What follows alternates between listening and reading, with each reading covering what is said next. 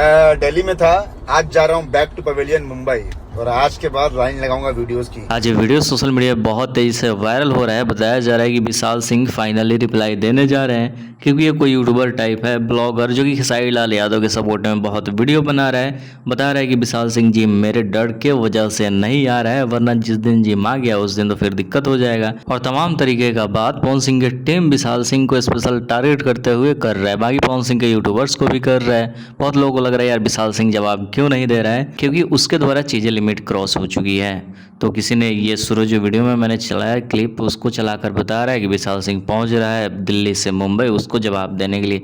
एक बात बताओ, जो विशाल सिंह को पिछले कुछ दिनों से सोशल मीडिया पर टारगेट कर रहा है वो मर्द जैसा लगता है तुम्हें? हैं?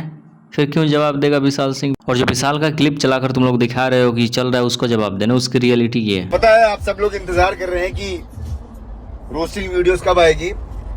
मैं दिल्ली में था, आज जा रहा हूँ बैक टू पवेलियन मुंबई और आज के बाद लाइन लगाऊंगा वीडियोस की। किसी का व्लॉग आया है कि मनीषा रानी मेरे से बात करना चाहती है, Manisha Rani wants to talk to me. अच्छा, इस पे तो बहुत अच्छा रिप्लाई आएगा।